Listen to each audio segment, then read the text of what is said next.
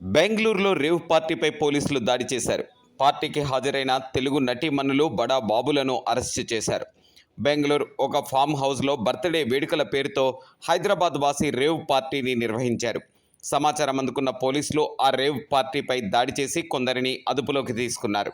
దీనికి తెలుగు నటీమణులు బడా బాబులు కూడా హాజరయ్యారు. పార్టీలో పలు రకాల మత్తు పదార్థాలను స్వాధీనం చేసుకున్నట్లుగా సమాచారం.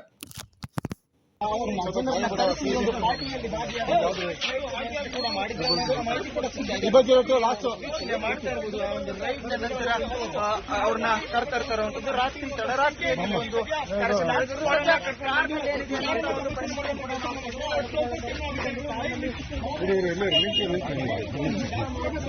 ನಮ್ಮವ್ರು ಮಾಡ್ಕೊಡ್ರಪ್ಪ ಏನು ನಮ್ಮವರು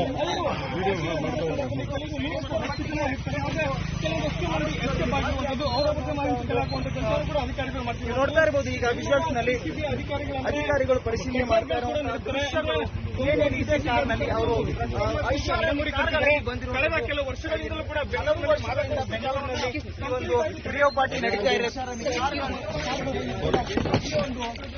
ಏನು ಹೈದರಾಬಾದ್ ಮೂಲದಿಂದ ಜನರು ಬಂದಿರ್ತಾರೆ. ಅವರು ಕೂಡ MDM ಮಾತುಗಳು